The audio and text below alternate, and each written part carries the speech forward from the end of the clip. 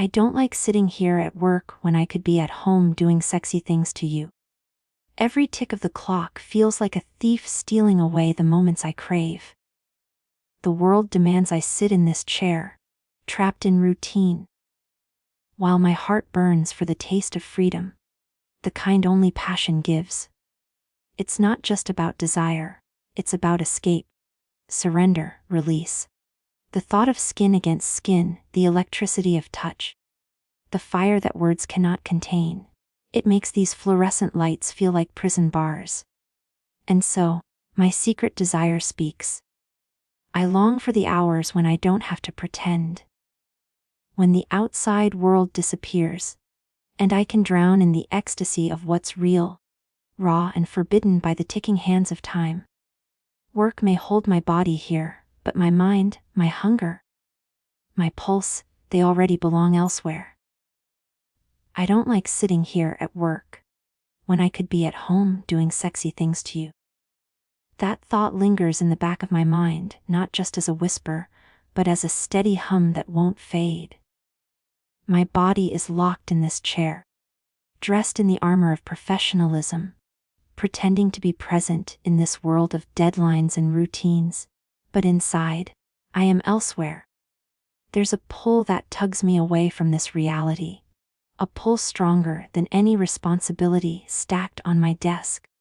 It's the collision of two worlds, the one that demands discipline, control, and patience, and the one that breathes urgency, fire, and raw hunger.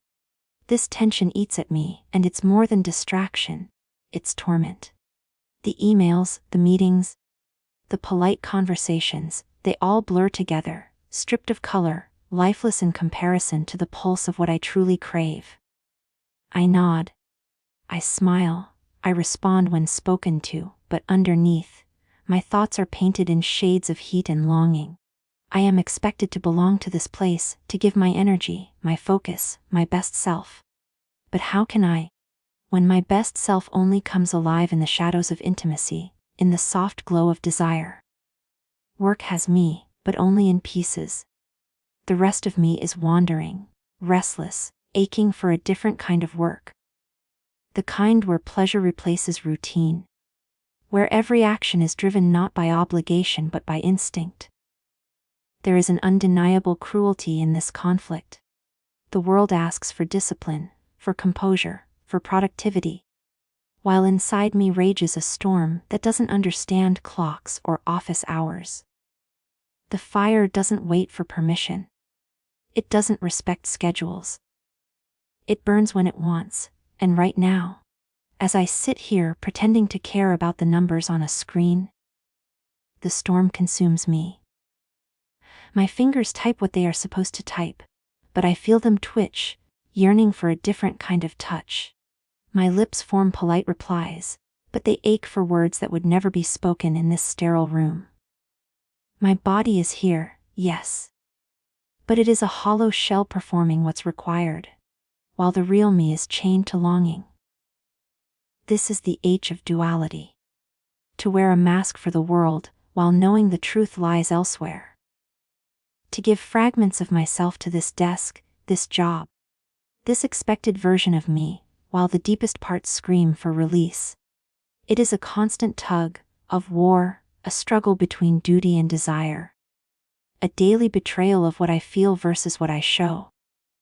Every tick of the second hand mocks me, reminding me that time is being stolen.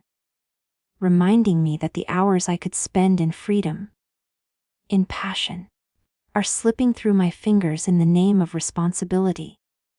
And yet I stay here, held hostage by expectation, haunted by the thought of what I could be doing instead, tormented by the simple truth.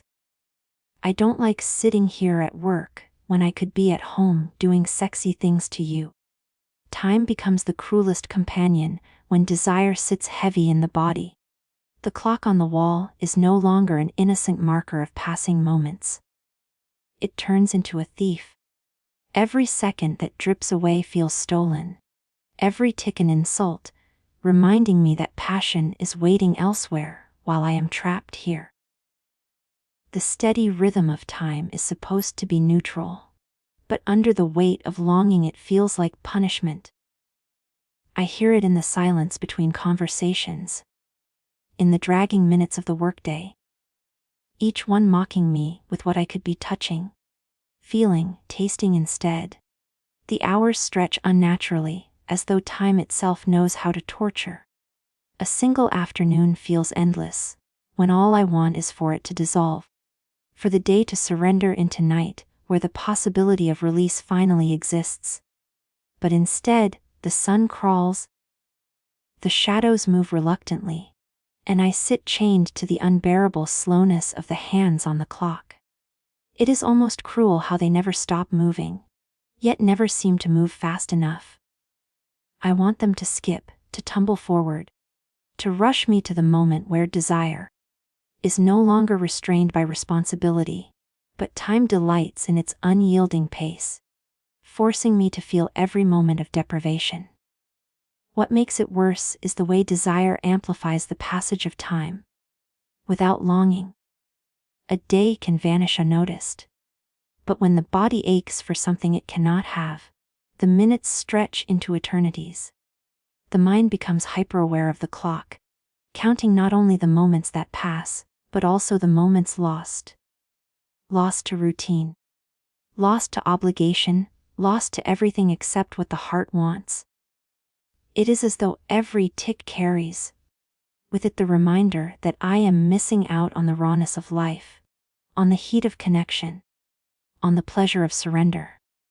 The clock does not care about hunger. It does not bend for passion. It keeps moving at its stubborn, steady pace, knowing full well the damage it causes.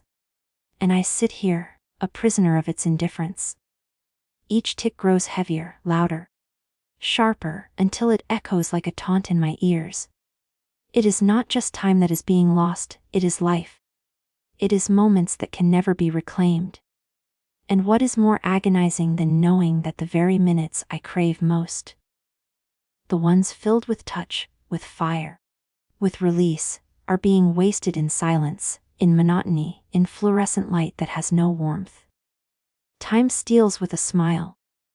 It steals while pretending to be fair, while pretending to move equally for all. But I feel the theft more acutely than ever, when I sit here longing for what I cannot have. It is not just the clock on the wall that mocks me. It is the pulse of my own body, the rhythm of my own need, reminding me that time is slipping away, and with it, the chance to surrender to the one thing that makes life worth all this waiting. There is a hunger inside that no routine can satisfy, a deep craving for freedom that grows louder with every restrained breath. The desk, the chair, the glowing screen in front of me, they are all cages disguised as duty.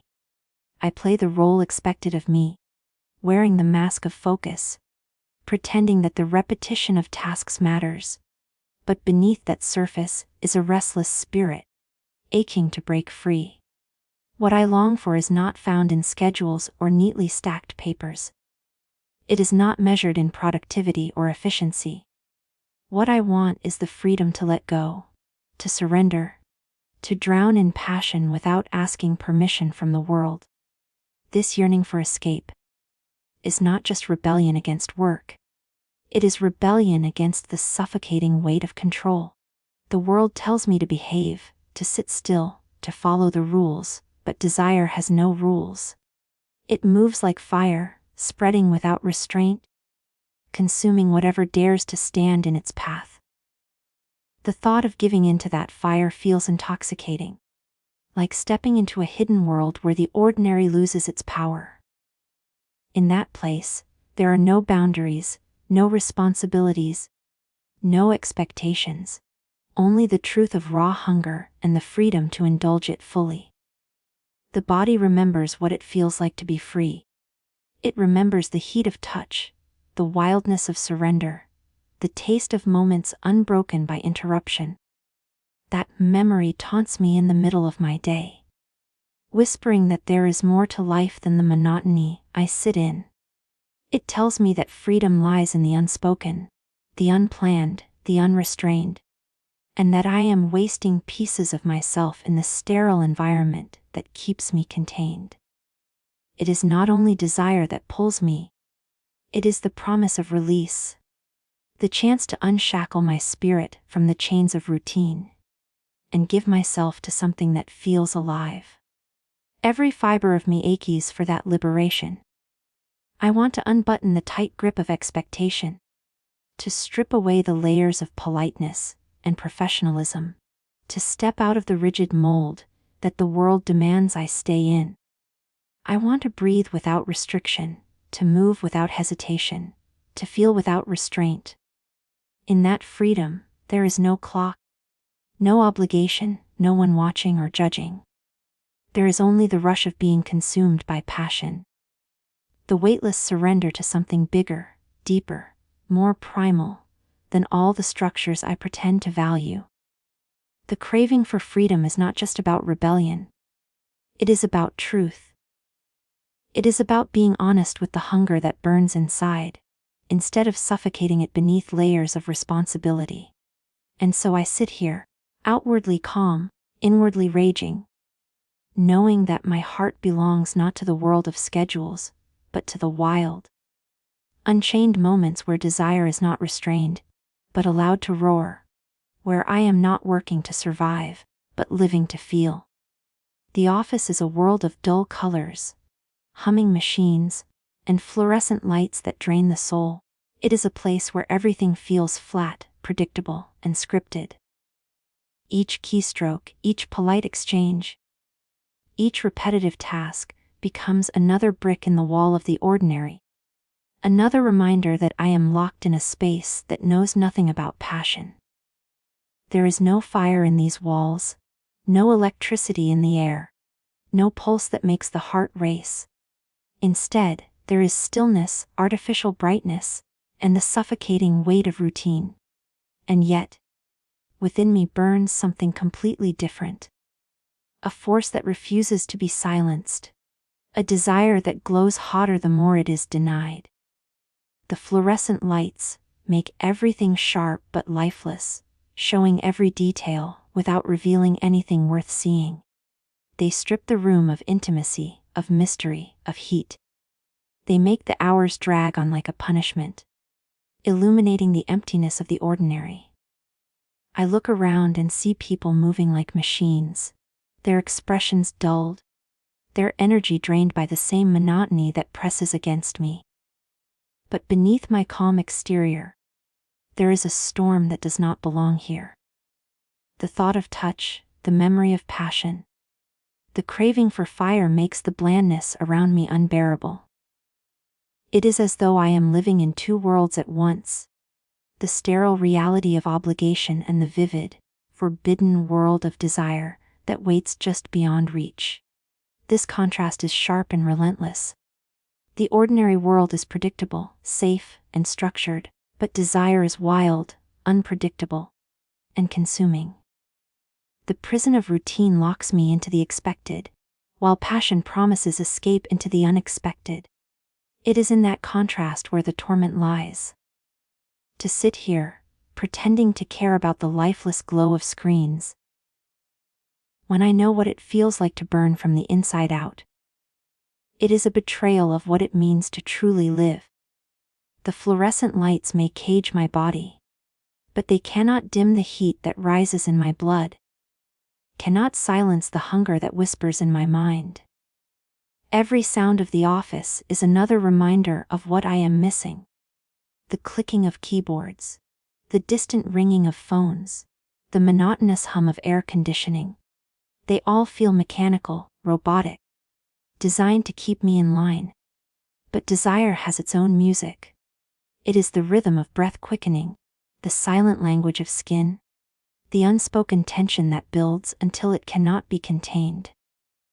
Compared to that symphony, the noise of this place feels like static, like background sound that only makes the silence of passion feel louder in my chest.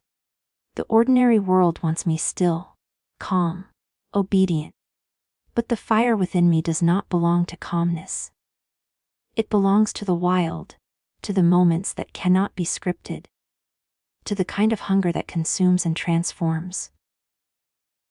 The fluorescent lights can expose everything in this room, but they will never reveal the truth of what I carry inside. The burning contrast between the dullness of the ordinary and the raging fire of desire that refuses to die. There are words that never leave my mouth, confessions that live only in the silence of my thoughts. They come alive in the quiet moments, when no one is watching, when the mask of composure can slip, even if only in my imagination. This inner dialogue is a secret language, a place where my desires are free to breathe without judgment or restraint. Outwardly, I am collected, efficient, controlled. But inwardly, I am consumed by whispers that speak of longing, of heat, of hunger that cannot be admitted aloud. These desires demand no audience, they thrive in secrecy, pulsing louder the more they are hidden. The unspoken is always the most powerful. The things I dare not say to anyone else carry the most weight in my heart. It is not fear that keeps them locked away. It is the intensity. To reveal them would make them too real, too exposed, vulnerable to the world's scrutiny. So instead, they remain inside, swirling and growing stronger. A secret current running beneath the surface of my every interaction. It is a confession I carry like a flame in my chest, burning quietly, invisible to everyone but impossible for me to ignore. This private confession is not soft, it is not timid. It roars inside me. Even if no one else hears it. It lives in the way my mind drifts away from the tasks in front of me. In the way my body aches for a different kind of work. In the way my heart races when it remembers what it craves. The secrecy makes it sharper, more intoxicating. To imagine, to replay. To long for what I cannot openly admit turns desire into something even stronger. It is not diluted by words or actions. It grows unchecked in the silence, pure and unfiltered. The secret desire is both a torment and a comfort. A torment, because it reminds me of everything I am missing while I sit here, pretending to be satisfied with the ordinary. A comfort, because it is mine alone, untouched by the outside world. No one can take it from me, no one can judge it. No one can spoil it with misunderstanding. It belongs to me completely. A private sanctuary, where I can let my hunger run wild without consequence. There is a strange power in keeping these desires unspoken. It creates a double life, the one the world sees, and the one that lives within. Out there, I am steady, composed, professional. But inside, I am wild, restless, desperate for release. That duality makes every moment heavier, because I know what I carry, even if no one else does.